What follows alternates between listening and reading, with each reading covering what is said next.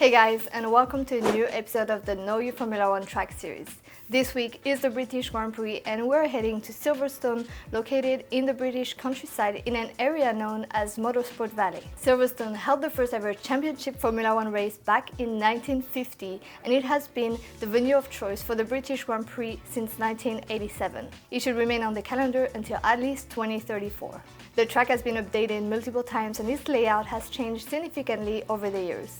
The most important update was in 2010 and was designed to create more passing opportunities and make the racing more exciting. A whole new section was added called the Arena and make the track go from a 5.1 to a 5.9 kilometers lap, and adding several corners such as Village, the Loop and Entry. With a length of 5.89 kilometers, it is one of the longest tracks on the calendar this year. It has 18 corners and 2 DRS zones. It is considered one of the most demanding circuits on the calendar due to its complex layout. It requires versatility on the car setup but also from the drivers. Due to its mix of fast and slow corners, a good strategy on aerodynamics, tires and pit stop is critical to be successful around this track.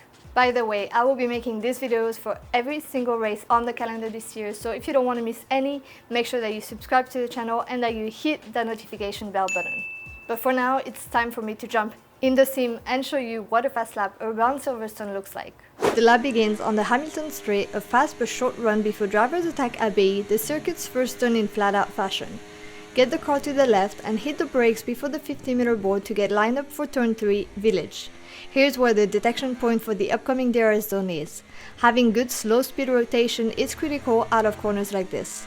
DRS will be available down the Wellington Straight, the end of which is one of a few potential passing opportunities throughout the circuit. Brooklands, Lewfield and Woodcote make up this next complex of very technical turns. Lewfield in particular is a long loop that seems to go on forever and requires a lot of patience. Then it's on to the most exciting section of the track.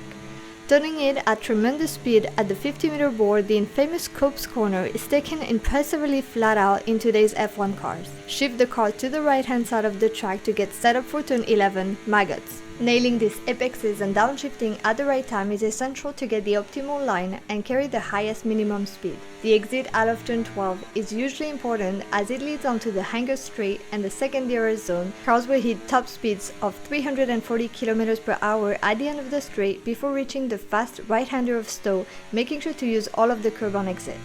The Vale chicane has been the site of last-ditch overtaking efforts in years past. Getting traction out of the chicane's exit isn't as easy as drivers will make it look. The circuit's final corner, Club, is easy flat out and it's onto another lap of Silverstone. When it comes to lap times, it is Max Verstappen that holds the record for the fastest race lap with a 1:27.09, and it was in 2020. However, the fastest qualifying lap done on the same year in 2020 was made by Lewis Hamilton and it was a 1:24.303. Hamilton is actually the most successful driver on this track with 8 wins and 7 pole positions. But now let me tell you a few fun facts about this track. As I mentioned earlier in the video, the first Grand Prix at this venue was in 1950. However, the site opened in 1943 during World War II.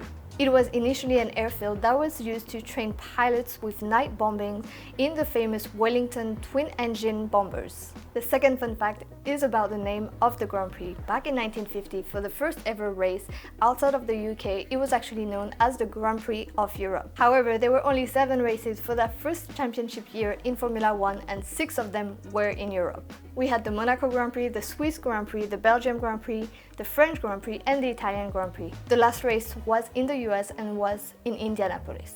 By the way, did you know that the average age of the Formula One drivers back then was 39 years old, and nowadays it is about 10 years younger. The 1950 race at Silverstone was also the one and only race that saw British royalty. King George VI and Queen Elizabeth attended with the Princess Margaret.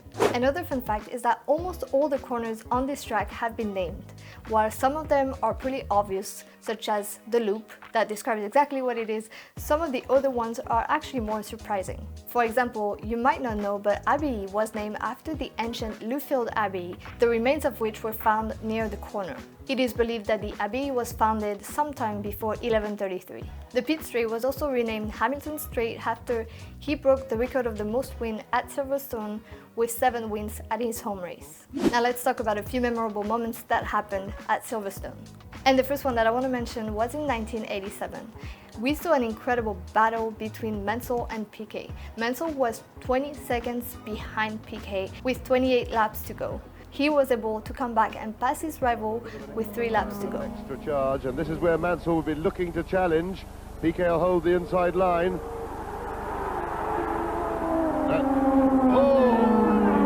And Mansell through.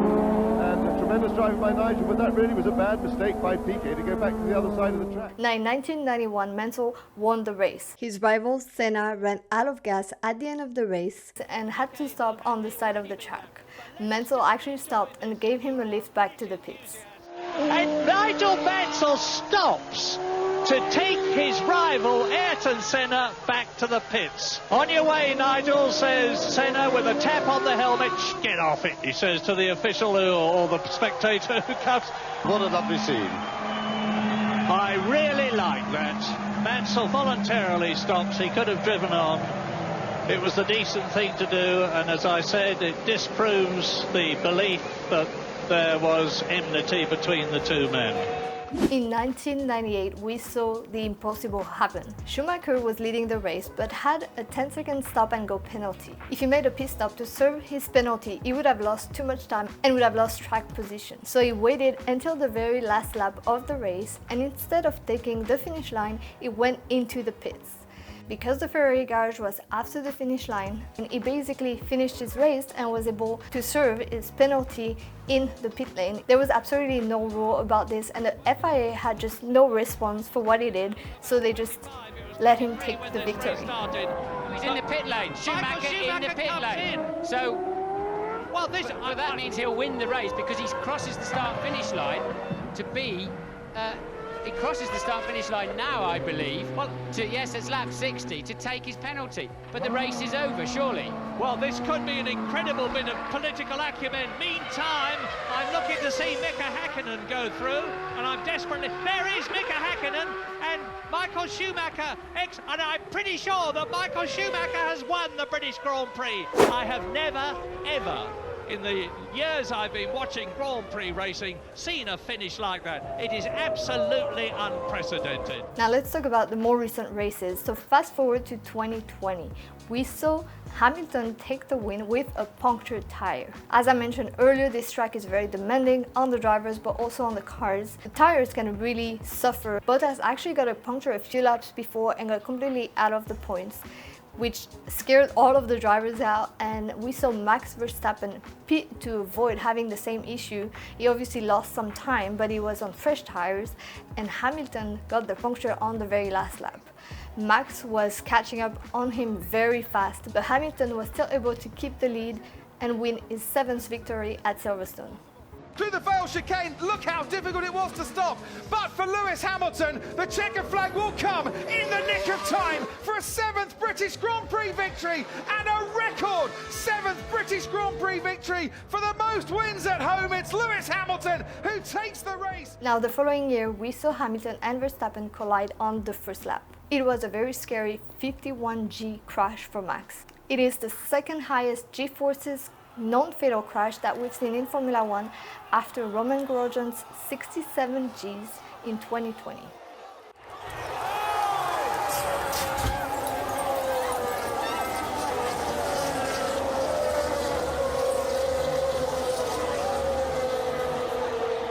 You all right? You okay? In 2022, we saw another terrifying crash at Silverstone. At the start of the race, Zhou Guanyu's car was clipped by George Russell and sent airborne. The car flipped immediately and landed on its roof with a lot of force. The force of the impact was so strong that it disintegrated the roll hoop that is supposed to stay intact, especially in crashes like this where the car rolls over. Thankfully, the halo was there to protect Zhou's head from hitting the ground as it was hurled into the tire barriers and then the fence. This was just another testament to the effectiveness of the halo. Zhou Guanyu himself said after the race that he didn't know how he survived this crash and he was grateful for the halo to have saved his life.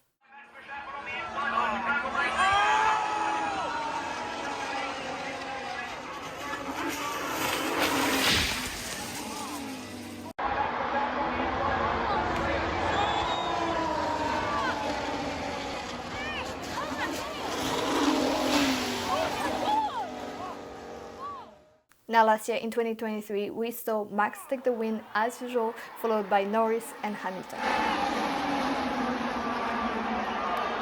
But now that you know everything there is to know about this track, let me jump into the sim and start our Drive and Talk section. Hey guys, and welcome to Silverstone.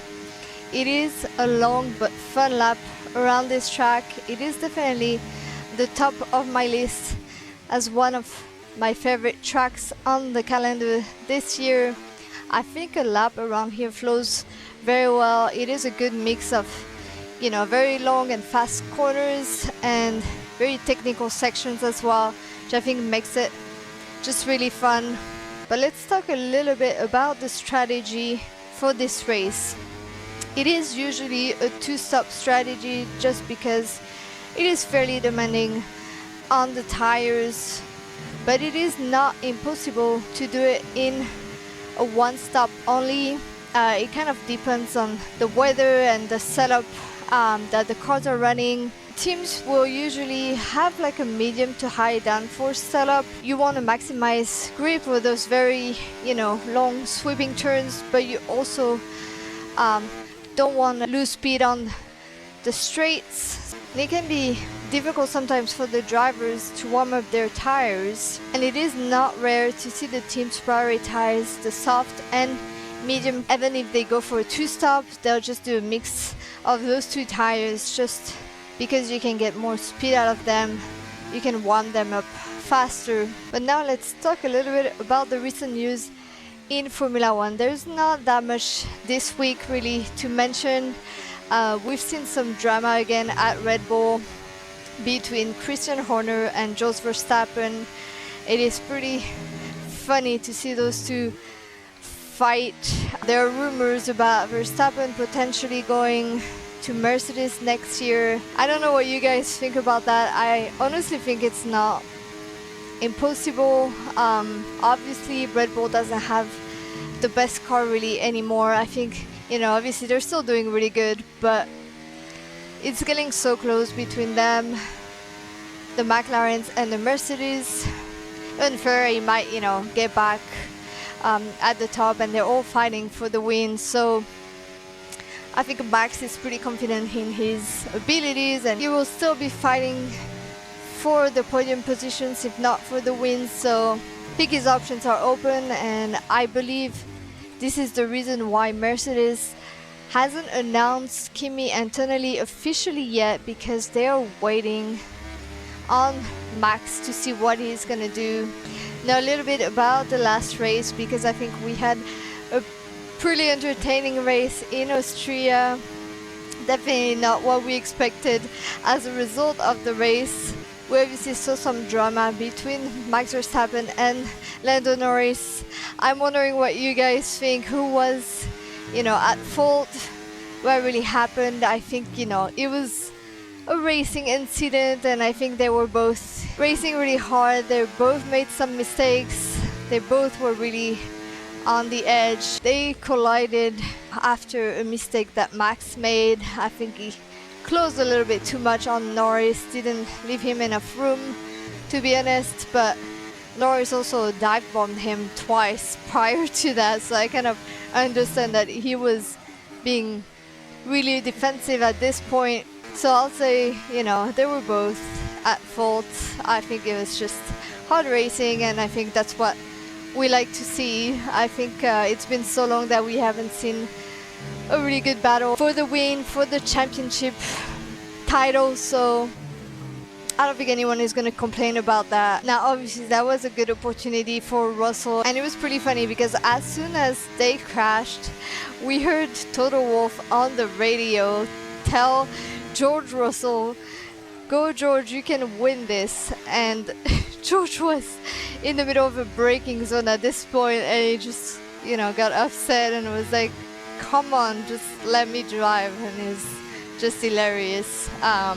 But obviously nice to see him get his second ever podium, or win, I mean, in Formula One. Happy for him. Also happy to see Piastri take second place. I think he hasn't been very lucky recently, so really happy for him. And obviously for Carlos, I'm always happy to see Ferrari's on the podium, as you know. Very sad race for Charles. Again, a lot of bad luck for him, unfortunately, but I'm sure he'll be back on the next races. Anyways, I hope you guys enjoyed the race as much as I did.